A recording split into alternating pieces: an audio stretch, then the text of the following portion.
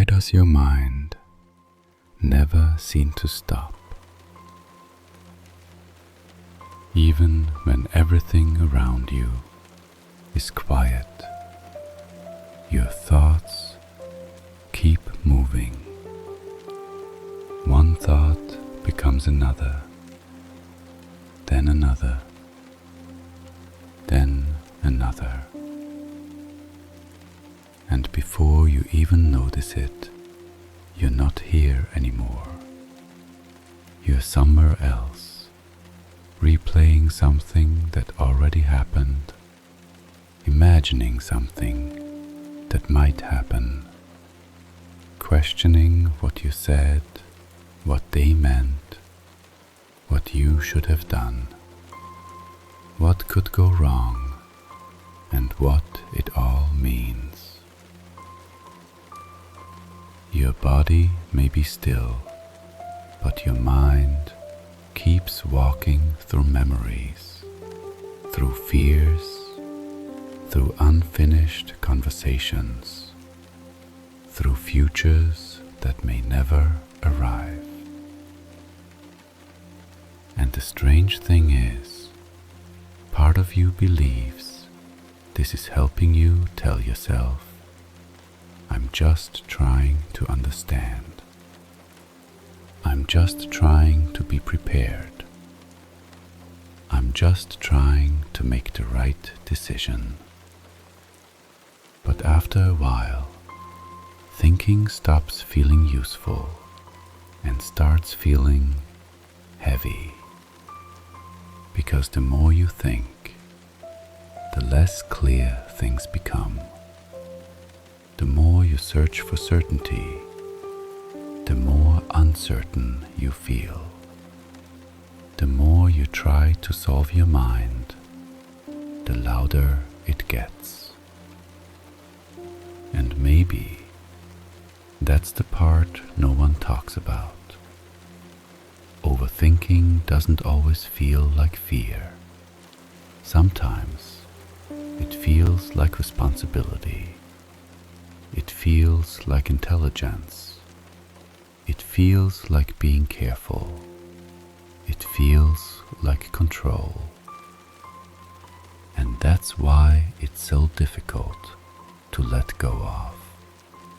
Because if you stop thinking, it feels like something bad might happen. If you stop analyzing, you might miss something.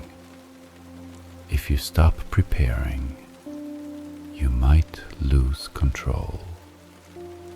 So your mind keeps going, not because it hates you, not because something is wrong with you, but because it is trying in its own way to protect you.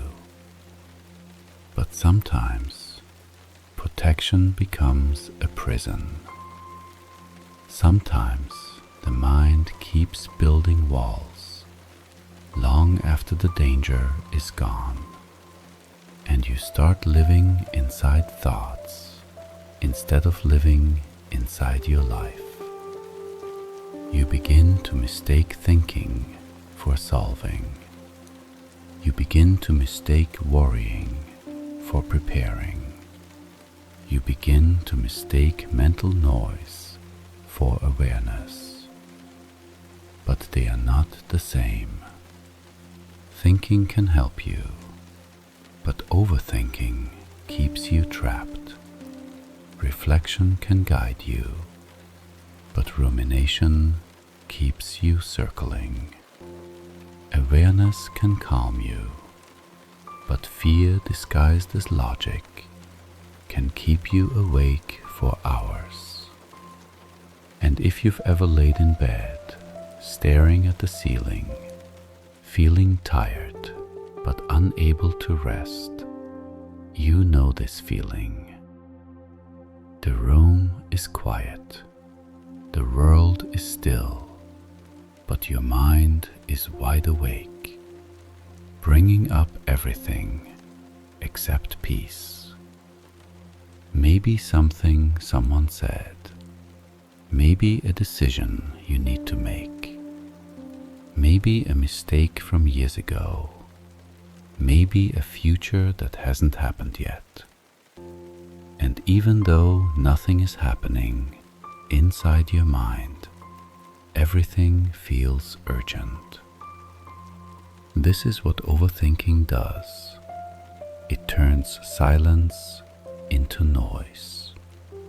It turns small moments into questions. It turns uncertainty into a threat. But what if your thoughts are not the problem? What if the problem is that you believe every thought just because it appears? What if your mind is not showing you reality, but repeating patterns it learned a long time ago? What if overthinking is not a sign that you're broken, but a sign that your mind is trying too hard to feel safe? Because most people don't overthink because they want to suffer. They overthink because they are searching for control. They are searching for certainty. They are searching for a way to avoid pain. But the mind can become so focused on preventing pain that it creates pain by itself. And slowly, thinking becomes less like a tool and more like a loop. The same questions, the same fears, the same imagined outcomes, repeating quietly again and again, until your mind feels like a room you can't leave. But there is another way. Not to silence your thoughts by force, not to fight your mind, not to push everything away, but to begin seeing what your thoughts actually are. Not commands, not facts, not predictions, not truth, just movements inside awareness. And the moment you understand that, something begins to soften, because you don't have to follow every thought that appears. You don't have to believe every fear your mind creates. You don't have to solve every question tonight. Sometimes peace begins not when the mind becomes empty, but when you stop treating every thought like an emergency. This is what quiet mind is about. Not escaping your thoughts, not forcing silence, but learning to see what is happening inside you clearly, gently, without pressure.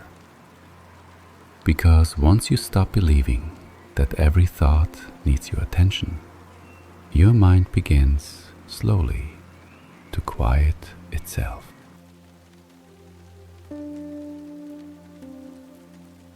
Overthinking doesn't always feel like a problem. Sometimes it feels like a solution. It feels like you're doing something. It feels like you're being careful. It feels like you're staying ahead.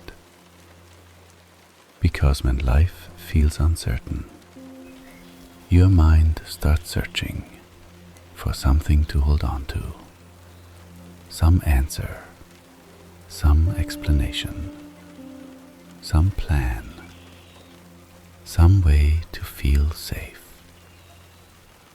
And thinking becomes the place where you try to regain control.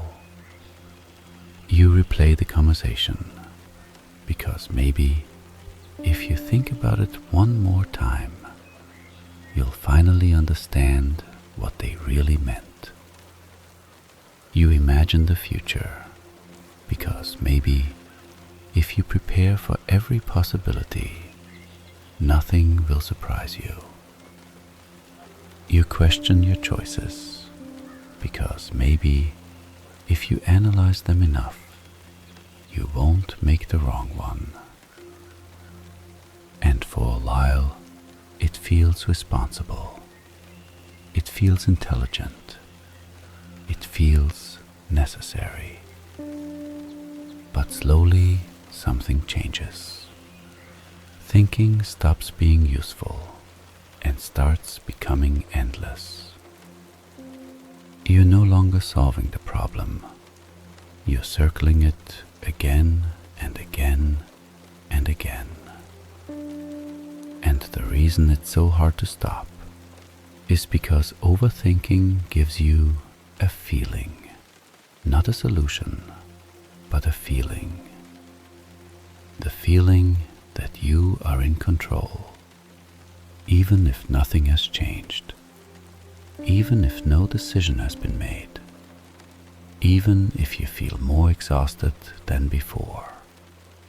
There is still this small part of you that believes, if I keep thinking, maybe I can prevent the pain.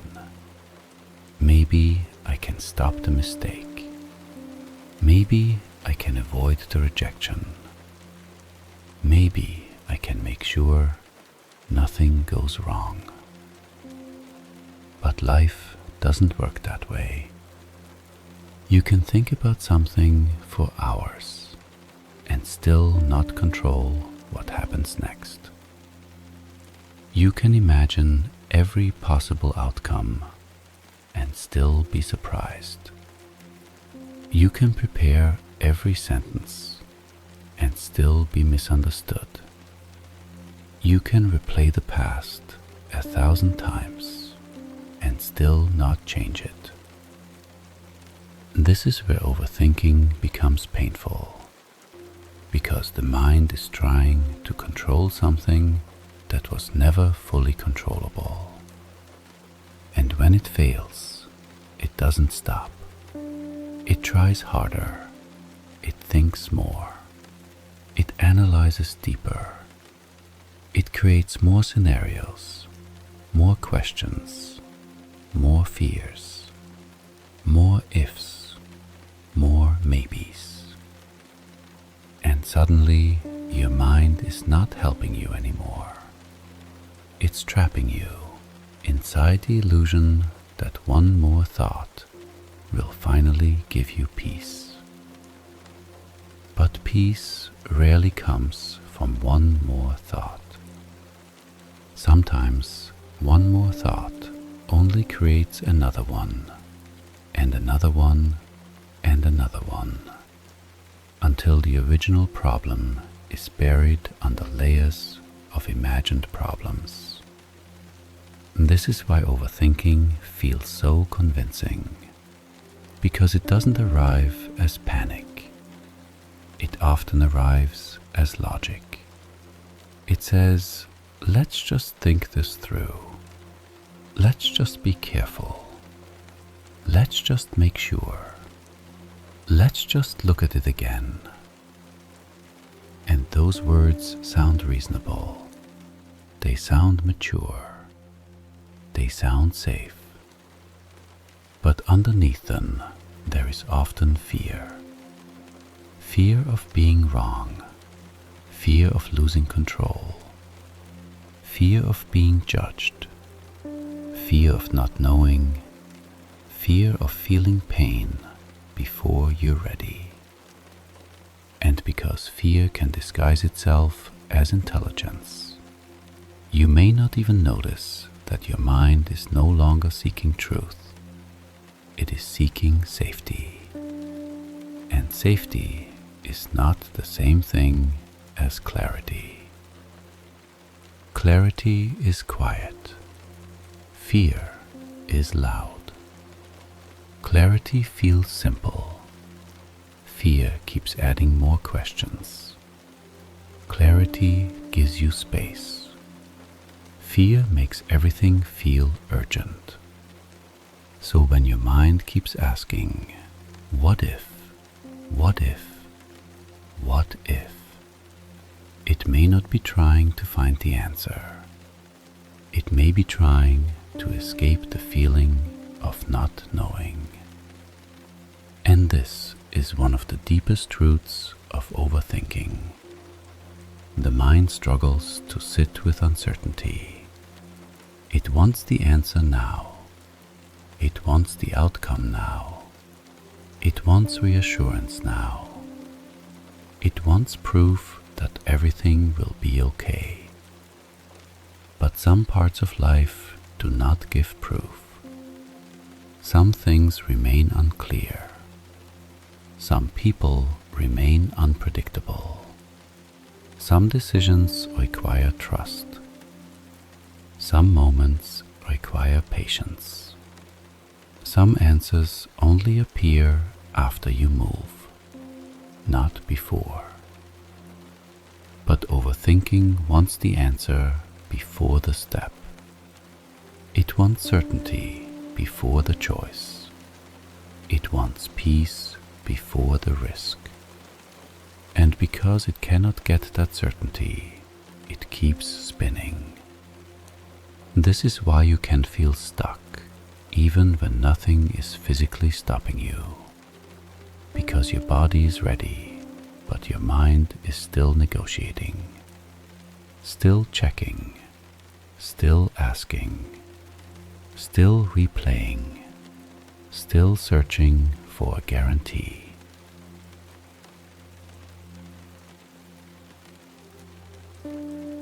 But guarantees are rare, and the mind doesn't like that, so it creates a mental world where everything can be rehearsed, everything can be reviewed, everything can be controlled, at least in imagination.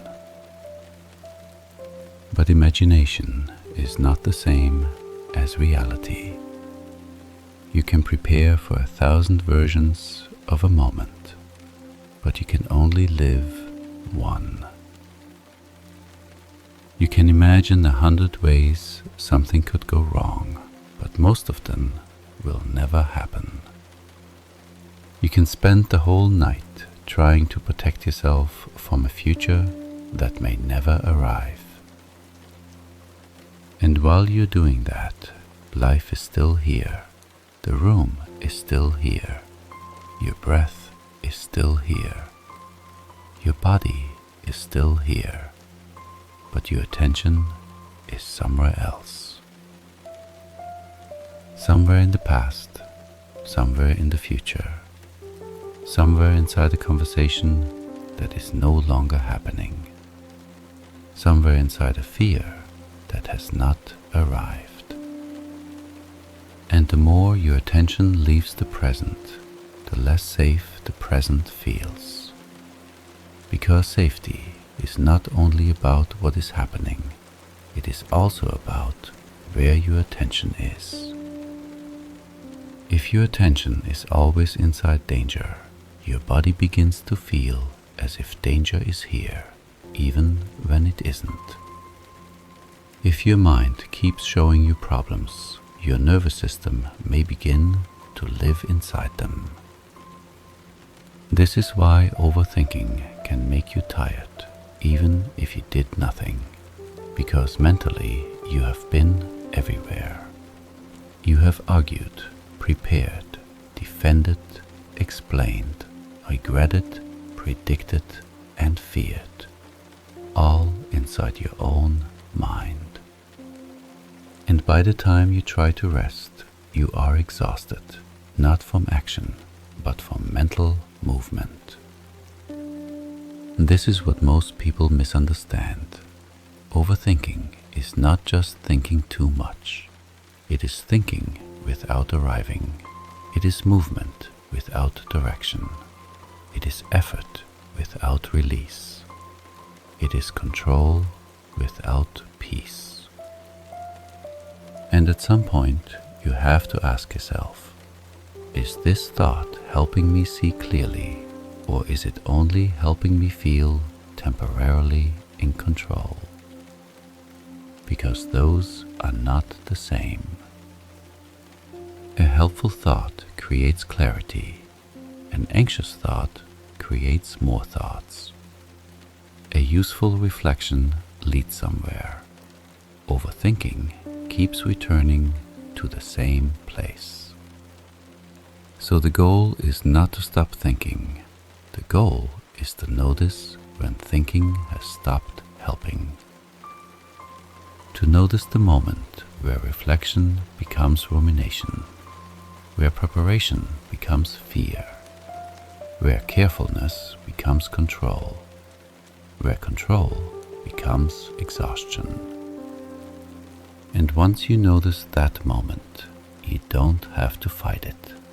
You don't have to shame yourself. You don't have to force your mind to be silent. You can simply say, I see what is happening. My mind is trying to protect me. My mind is trying to control uncertainty. My mind is trying to make me feel safe.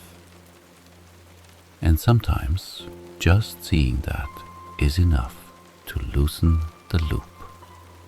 Because awareness creates distance, and distance creates choice. You may still think, you may still feel uncertain, you may still want answers, but now you are no longer completely inside the thought. You are seeing it from somewhere quieter. And from that quieter place, you can begin to understand that not every problem needs to be solved tonight. Not every fear needs your full attention. Not every possibility deserves your energy. Not every thought is an instruction. Sometimes the most peaceful thing you can do is let a thought appear and not follow it. Let the question rise and not answer it immediately. Let uncertainty exist without trying to destroy it. Because the mind does not become quiet by being controlled harder. It becomes quiet when it no longer has to prove that it is in control. And maybe this is where real calm begins. Not in knowing everything, not in predicting everything, not in preparing for every outcome, but in realizing that you can be here without solving the entire future. This is what overthinking often hides, beneath all the analysis, beneath all the questions, beneath all the mental noise. There is usually a simple human wish to feel safe. And once you see that, you can meet your mind with less anger and more understanding. Because your mind is not your enemy, it is just tired from trying to protect you in the only way it knows. And the more gently you see that, the more space you create between awareness and reaction, between thought and belief, between uncertainty and fear. And in that space, overthinking begins to lose its grip. One of the hardest things to understand about the mind is that not every thought is true. A thought can feel real without being real. A fear can feel urgent without being a warning. A memory can feel alive without happening again. And an imagined future can feel certain, even when it may never arrive. But when a thought appears, most people believe it immediately. not because they choose to, but because thoughts often arrive with emotion. And emotion makes a thought feel important. If a thought comes with fear, it feels like danger. If it comes with guilt, it feels like truth. If it comes with shame, it feels like identity. If it comes with anxiety, it feels like a problem that must be solved. But a thought is not a fact. A thought is an event inside the mind. It appears, it moves, it changes, and sometimes it disappears. But because it appears inside you, you assume it belongs to you. You assume it means something. You assume you have to follow it. And this is where overthinking begins.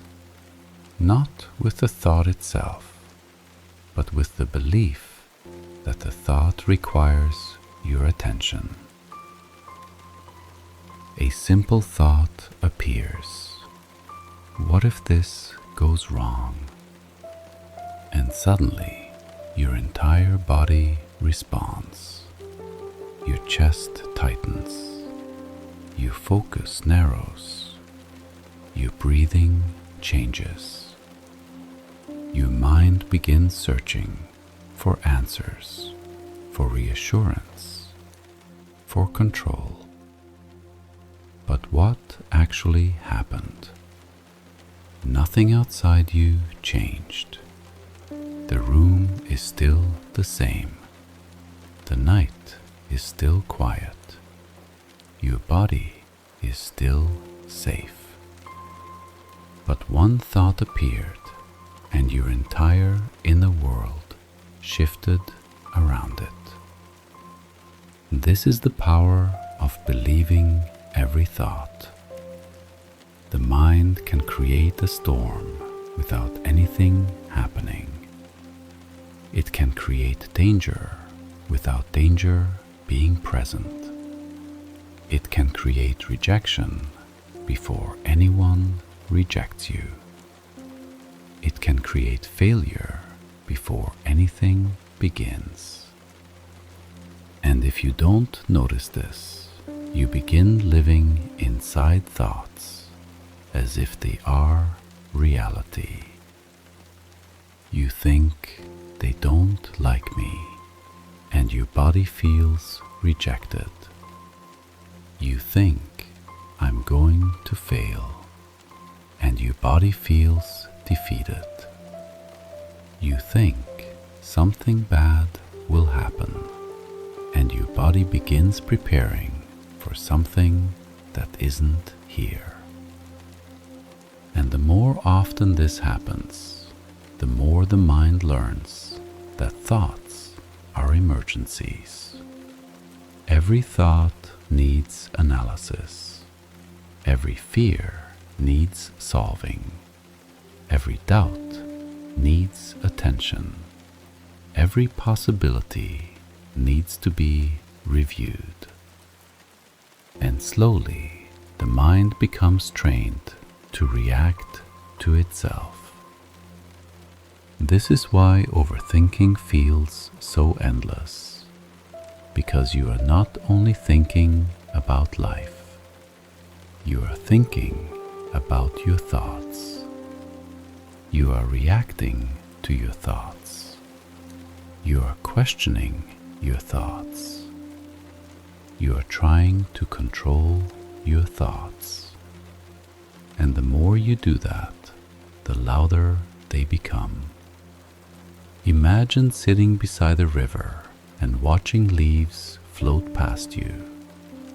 One leaf comes, then another, then another. You can see them, you can notice them, but you don't have to jump into the river and chase every leaf. Thoughts are like that. They move through the mind.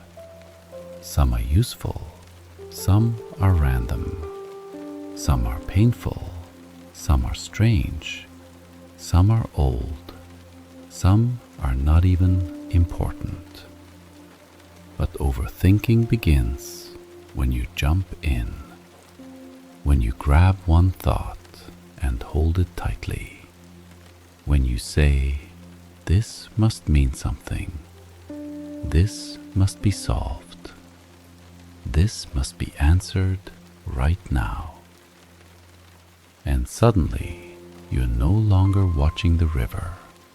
You're inside it, being pulled by every thought that passes. But awareness is the moment you step back onto the shore. You still see the thoughts, you still hear them, you still feel them. But you no longer become every single one.